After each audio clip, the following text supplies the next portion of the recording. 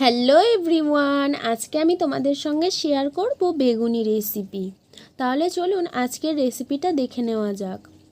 বেগুনি বানানোর জন্য সর্বপ্রথম আমি একটি বোলের মধ্যে নিয়ে নিয়েছি পরিমাণ মতো বেসনের মধ্যে দিয়ে দিচ্ছি নুন, লঙ্কার গুঁড়ো, ভাজা মশলা, গরম মশলা আর দিয়ে দিচ্ছি অল্প একটু কালো জিরা। উপকরণগুলো ভালোভাবে মিক্স করে নিয়ে পরিমাণ মতো জল দিয়ে ঘন একটি ব্যাটার বানিয়ে নেব। আমি যে ভাজা মশলাটা দিয়েছিলাম, ভাজা মশলাটা আমি ঘরে তৈরি করেছিলাম। জিরে, মরিচ, ধনিয়া, মৌরি আর রাঁধুনি একসঙ্গে শুকনো খোলায় ভালোভাবে ভেজে নিয়ে তারপর মিক্সিতে মিক্স করে নিয়েছিলাম। তারপর আগে থেকে পাতলা করে কেটে রাখা একটা বেগুন নিয়ে বেসনের মধ্যে ডুবিয়ে আমি গরম তেলের মধ্যে ছেড়ে দিচ্ছি। প্রত্যেকবারেই আমি গরম তেলের মধ্যে একটি করে বেগুন ছাড়ার পর ওপর থেকে গরম তেল ছিটিয়ে দিচ্ছি, যাতে করে বেগুনিগুলো ভালোভাবে ফোলে। সেম প্রসেসে আমি সমস্ত বেগুনিগুলো ভেজে নেব।